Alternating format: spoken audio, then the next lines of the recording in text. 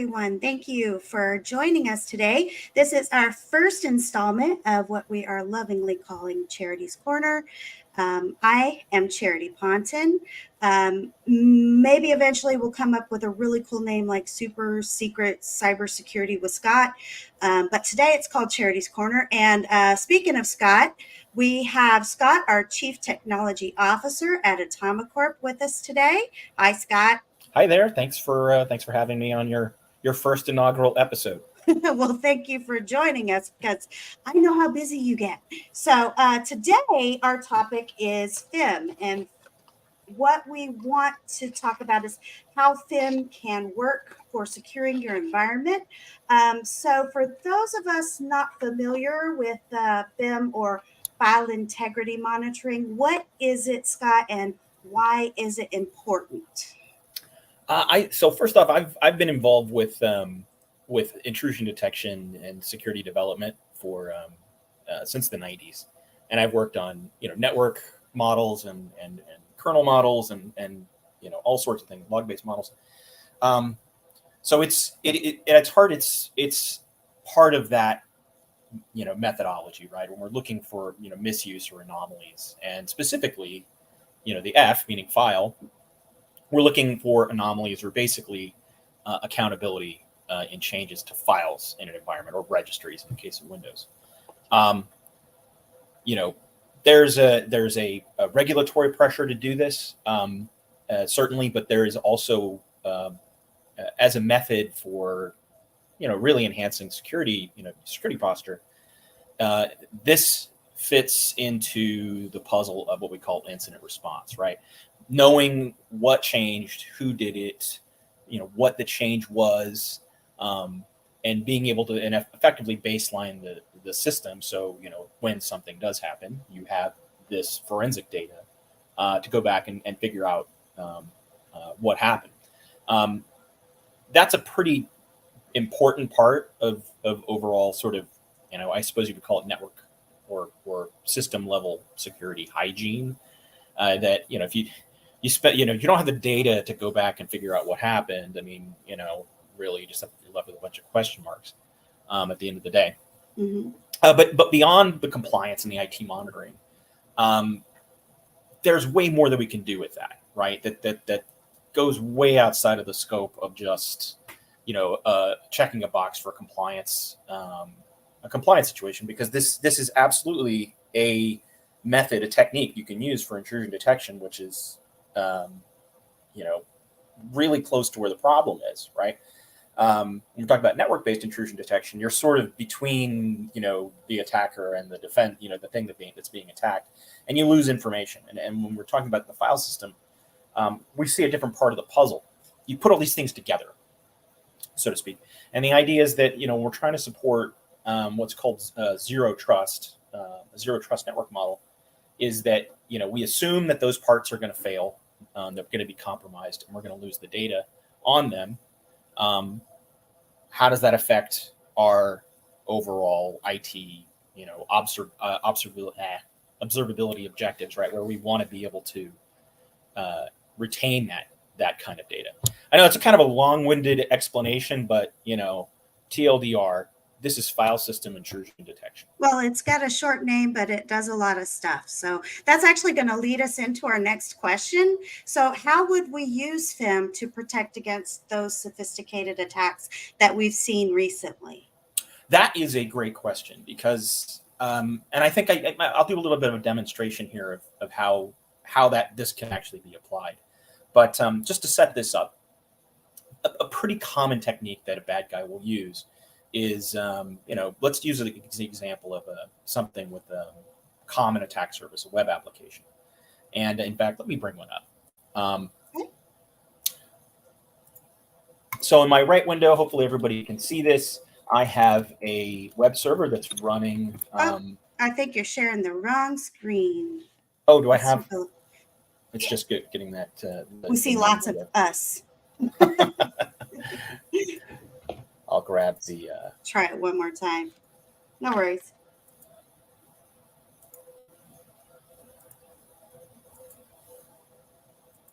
Okay, there we go. Is that better?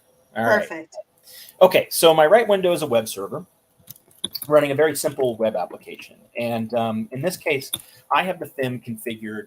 I use the FIM to look at anything with attack surface, right? This is my methodology for really pushing this into a direction that can give that effect of observability.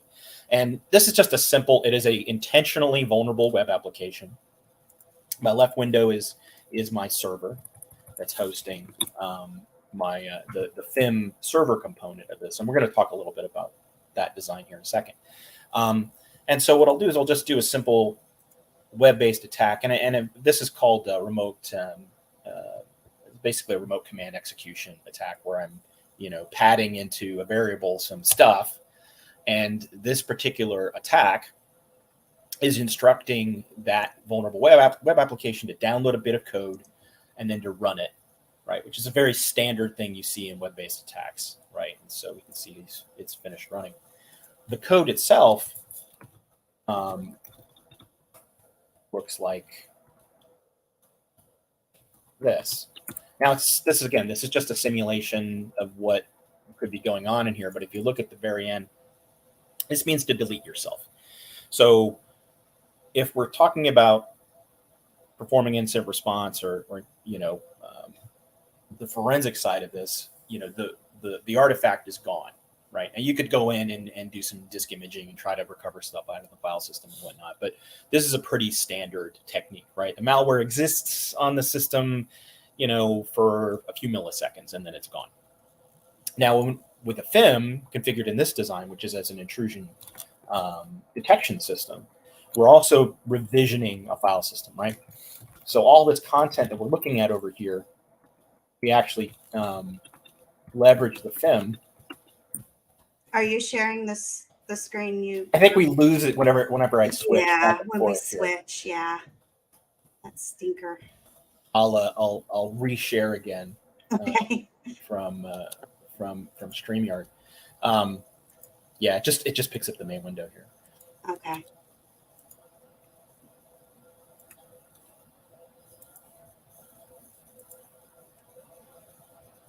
Let's try to get the whole window. We'll get it one time, and I'll switch. I'll probably switch just to my audio dialogue here. Is this visible to you? I see us. I see lots of us. All right, let's do that one more time.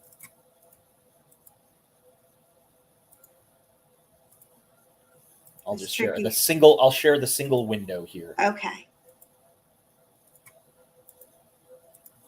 All right, we do see that now. Okay, great. So what happened is I have the FIM configured to track the changes of that file system on this system, this vulnerable system.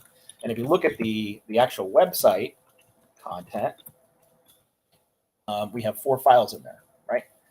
But we don't see the attack file that I injected into the remote system. But the FIM has saved it, right? So now we actually have a full copy of the file that existed on the system and then was deleted right away. In addition to that, we also have revisions of all the other files as they've changed over time, right? So we can see what this files look like, and as the bad guy may have either interacted with them or somebody just made an honest change. This is again outside the realm of what a compliance standard might request of you in this case, but what we're trying to just show in this capability is that you can use it to track the changes that are made on something like a web application, and you can use that to capture malware if somebody's done anything on the system. And I will show the actual event now.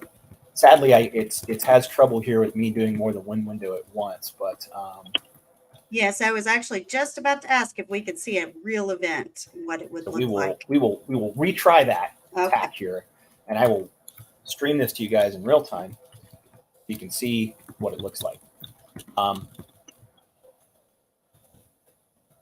be a little bit of a wall of text in this. In fact, I'll do the human readable version. There'll be a little bit of a wall of text up while I do it, but we'll rerun this attack right? You can see how quick that was. Bam. That was it detecting this change in real time. And I'll scroll back up in here and show you sort of what it's capturing as what's going on here. Number one, we see in this section, hey, this file was added to the system. We know the user that did it. We know the processes that it's running, in this case, curl, right? It's leveraging curl to go grab this file. We have some much more advanced anomaly detection events that are surrounding FIM, and that's kind of one of the more hardcore components of our approach to this. And then you can see farther down here when the file gets deleted. These are all the actions, by the way, that you see the malware is actually running, right? So the anomaly detection side of this is actually not just saying we're looking at the file. The file is a script. The script is running commands. Each one of these here is basically what the script is even running inside of the command. So in the case of something like something binary, we can use this, leverage this to be able to actually look inside of what the binary was doing while it was running. Farther down in here, you'll see it actually delete itself, right? There you go. There's the malware deleting itself off the system. So that's kind of an example of where you can take FIM that's way out just, this guy changed that file. We can use this as a mechanism for file system intrusion detection. Okay, and how would using FIM meet the requirements at a facility that needs compliance? How is this helping them with their compliance?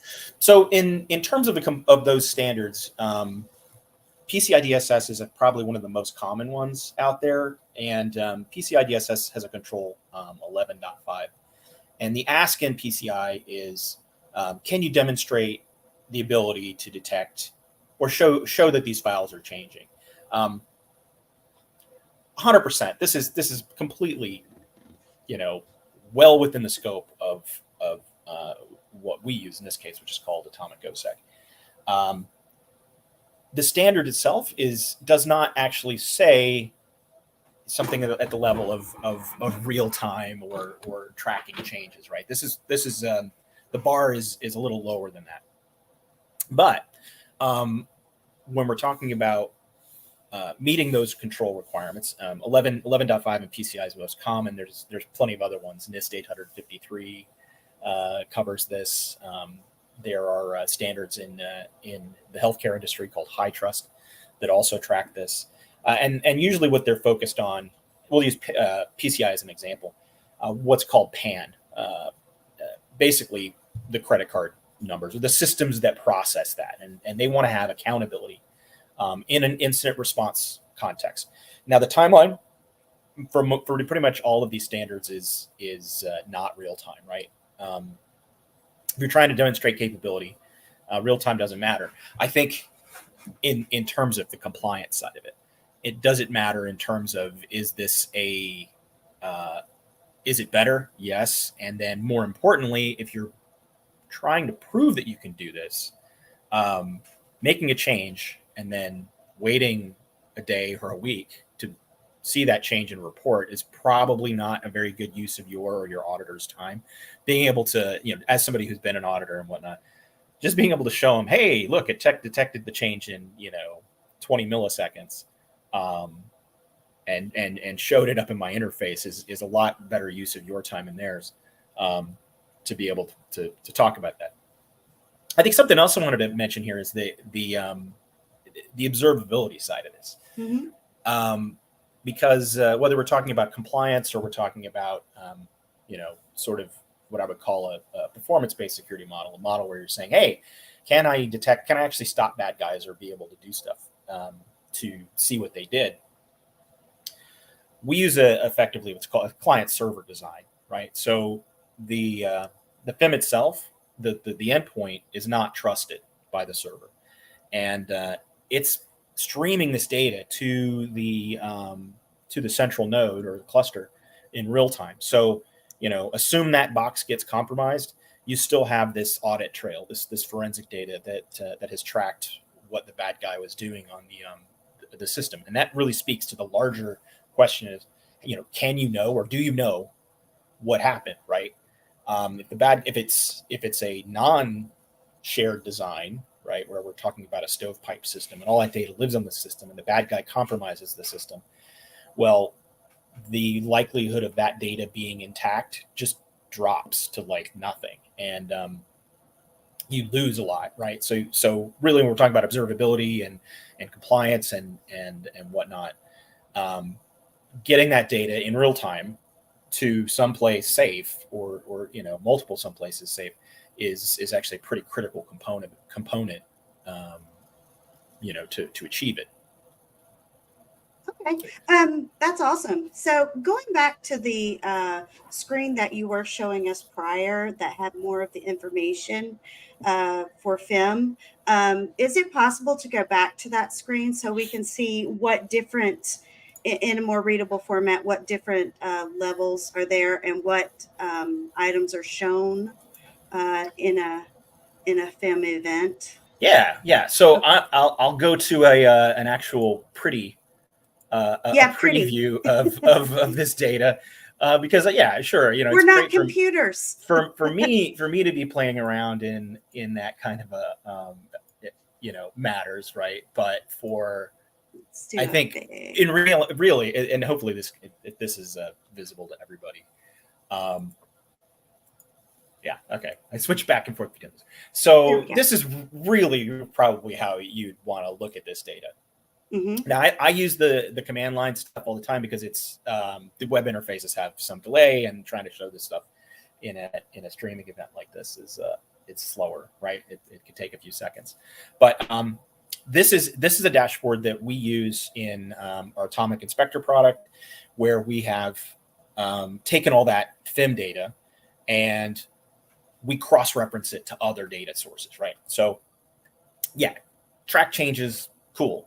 But tracking the changes and then blending that data with other tools is really actually the superpower of OSEC, which is what we're based on. OSEC is a meta IDS. It is an IDS of IDSs. It can take data from something like FIM, which is baked into OSEC, but also data from other tools like the firewall and the Audit D service in Linux or what have you, and take all that stuff and cross-reference it. So let's take an example of this. And this is me visualizing FIM data, firewall data, Audit D data in an anomaly detection context, right? And I'll set this all up. Number one, you're looking at the data over time, right? These are different events that have happened over time.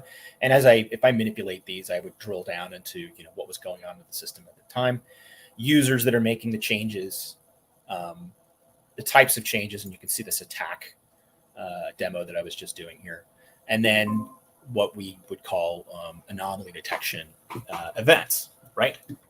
So if you know if you have that data of the file changed, and here's who changed it, and let's drill down into, say, for example, that one, attack. And so we can see in this is the raw sort of super nerdy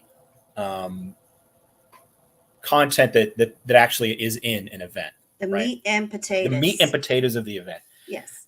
Here's the IP address the system came from, right? Oh, but here's the file, right? Here's the file that changed. Here's what it was. And then here are things like the user and the group that made the change. This is important in anomaly detection context. And here's all the stuff that I did. So there are some things that should just never happen, right?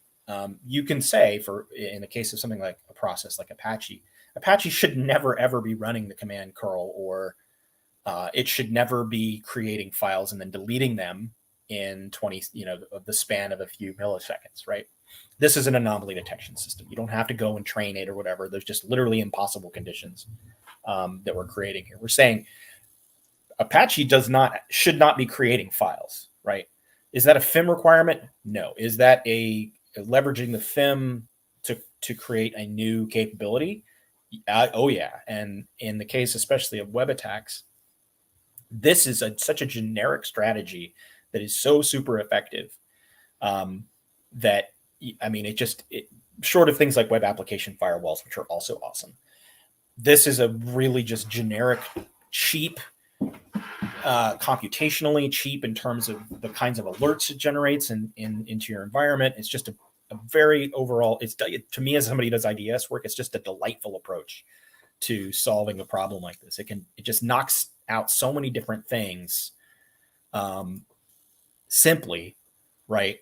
That in this context, anomaly detection, it actually works. Now, as an IDS guy, anomaly detection is crazy hard, right? It involves a lot of very, very fine tuning and maintenance and care and feeding. So when I talk about anomaly detection, I try to talk about it in the context that it just works everywhere, and most of the time it doesn't, right? But this is one of those few cases where you can apply that technique and it actually does work reliably, generically across, different industries, different verticals, and that kind of thing. I would love to do another session just on anomaly detection and when it can work and when it can't, but because it's a monstrous topic. But that's sort of where we're going with sort of the FIM. Right.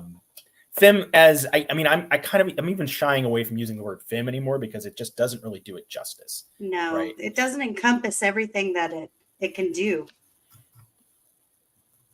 Now, there is one other question.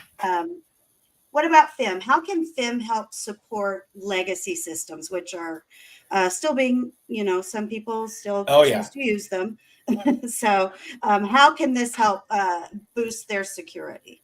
So it comes up a lot, right? The legacy stuff comes up a lot. And I have seen, well, I'll put it as an example.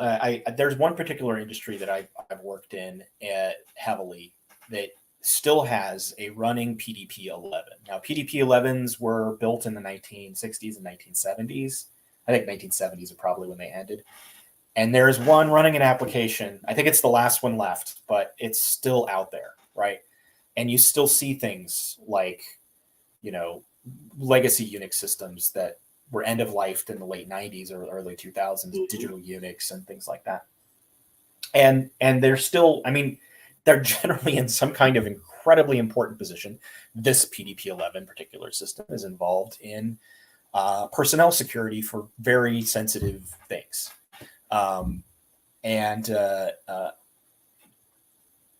It's not going to go away, right? If you saw so they tend to be very important, running something that is either so important that the risk to change it or touch it is just too much, or maybe it's just maybe the people who understand it or aren't there anymore.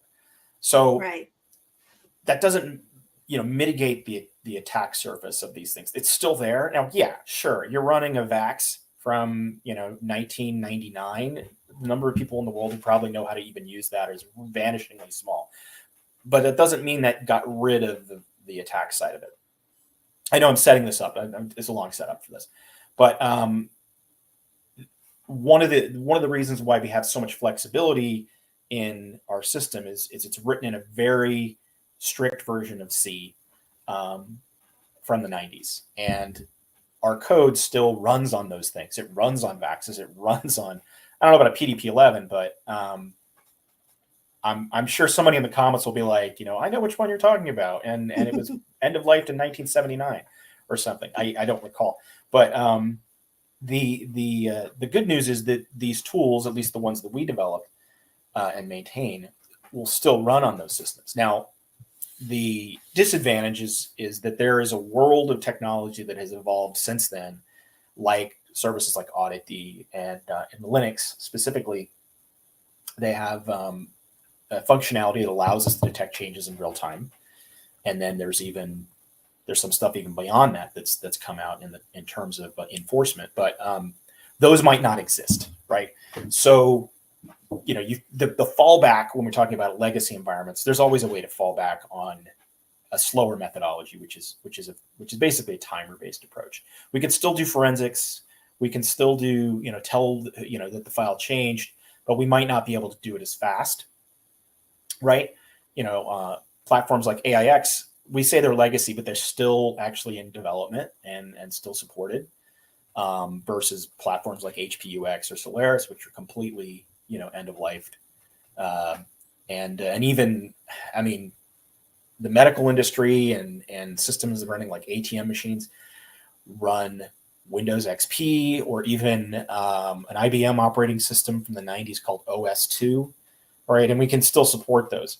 But it comes down to, at the end of the day, like, what capabilities still exist in those, or for us to be able to push FIM farther out. I'd say the good news is that we have no plans on ending support for those. So going forward, I think if you're still, and you shouldn't, but if you're still running Solaris 10 or 9 out there, we'll still be able to support it. But please, think about upgrading. I feel like maybe we're making the problem worse by still supporting it. But at the end of the day, we don't really have any plans on changing it, because the way we compile our code is still based on that older standard, right? We're still going to be able to build binaries for those environments. Right. And I think a lot of our customers appreciate the fact that we do that. So, well, I really thank you, Scott. You've given us a lot of stuff to think about today. Is there anything you would like to throw in here at the end? Any final thoughts on FIM recommendations, anything like that? Yeah. So, this is I've been involved in this particular component of the OSAC project for many years, and I have a much bigger outlook on where it's going, and that's I sort of alluded to this before with as an IDS, but I think that what you'll see, at least what we're planning on doing with it, is actually kind of bringing the FIM together with classic malware detection, right? Because the FIM is a real-time tool, right? We can do it in real time. If we can do FIM in real time, if I can tell you a file is changing in real time, and if I can blend it together with this data on who's doing it and doing anomaly detection on that, well, I absolutely can blend that together with, analyzing the content of the file, right, for something malicious, or the other side of it, data loss protection, right? We can actually do, and we've actually already got this prototyped, but looking inside the file and saying there are social security numbers in this file, there's credit card numbers in this file, or whatever rule logic you want to have in that, and then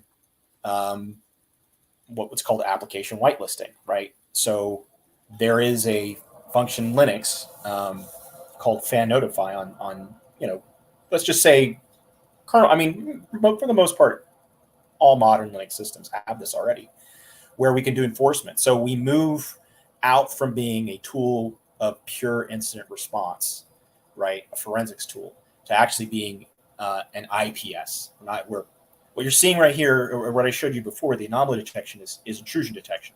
The event happened and we saw it, but we didn't do anything about it, right? We detected it.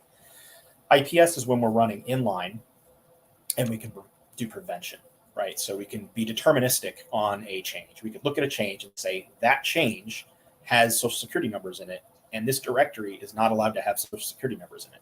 Ergo, I'm going to keep you from doing that.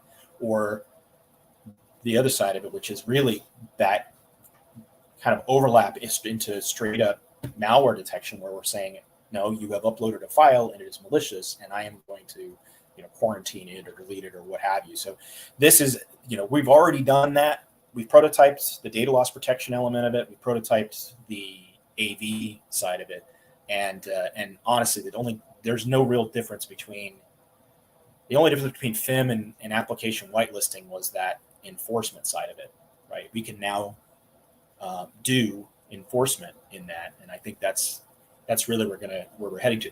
I'm sure a new acronym will have to come up. It's a AV FIM IDS IPS DLP. Oh boy, just what we need, more acronyms. It'll be an eye chart, I guess, or somebody will come up. It'll be like FIPS, and I'll be like, nah, that's already taken, right? But yeah, that's where I want to go farther with it. I want to take this a lot farther than it is right now. I know that it could be done computationally. It won't kill the system, right? We can do this.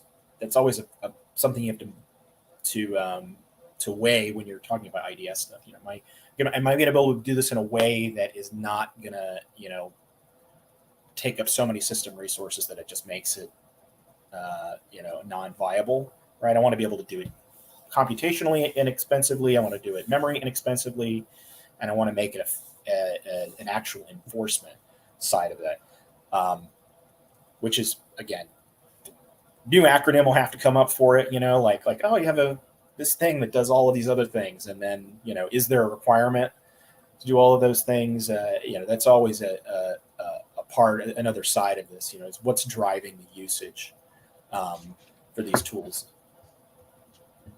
Well, I really appreciate all of your time today, Scott. It's been very informative. And I appreciate everybody who has joined us today as well.